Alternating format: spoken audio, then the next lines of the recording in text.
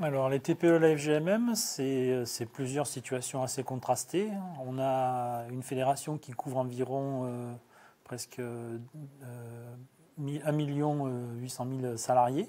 On a les services auto qui cristallisent pas mal d'entreprises autour des TPE. Donc ça fait partie des cibles qu'on a au niveau de la fédération, avec notamment les petits garages, les auto-écoles. Mais on a aussi tout ce qui tourne autour de la métallurgie classique. Donc on n'est pas dans le même rapport par contre, mais on a une bonne implantation dans les TPE et des forts enjeux au niveau des élections TPE.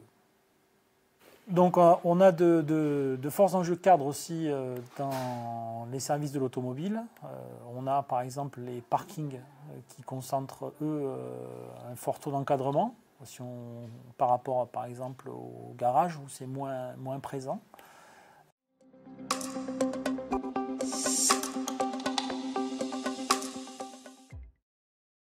Alors pendant cette séquence de crise sanitaire, on a veillé à ce que nos dispositions s'appliquent aussi aux TPE. Donc on a fait plusieurs actions du type manifeste avec la chambre patronale et les organisations syndicales. On a négocié des accords et on a mis un point d'honneur à ce que ces accords soient protecteurs aussi pour les TPE.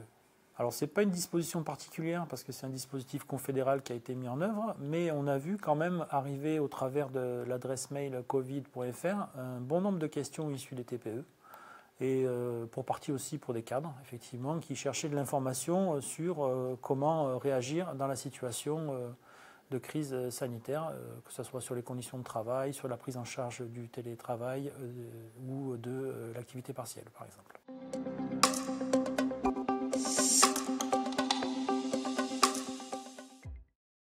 La syndicalisation dans les TPE est un sujet assez compliqué d'un point de vue pratique, mais c'est un sujet qui est porté politiquement par la fédération et ça sera d'ailleurs l'objet de notre résolution du prochain congrès.